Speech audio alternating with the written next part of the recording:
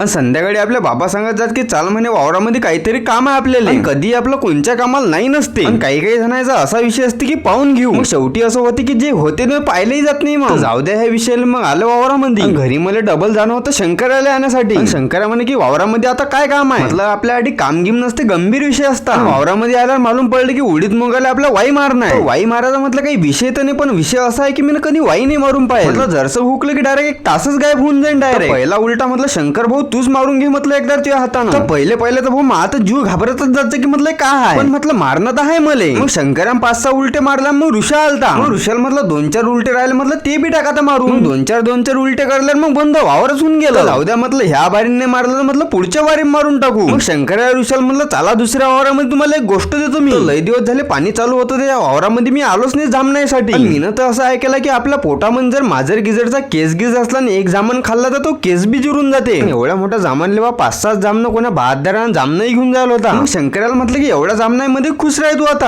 जामनं गिमनं तोडल्यावर मग निघलो आम्ही घरी जायसाठी. शंकर भाऊ आपले ड्रायव्हर बसल ते जामनं म्हणत त्याच उठवी. म्हटलं घेऊन गेला मी बंदे खाऊन मग राजू म्हटलं तसा. तिच्यातलं एक जामन तर आपल्याला घाबरून खालीही पडलं होतं. मग चला मग भेटू पुढच्या ब्लॉग मध्ये. आपल्याला लाईक आणि फॉलो करायला विसरू नका.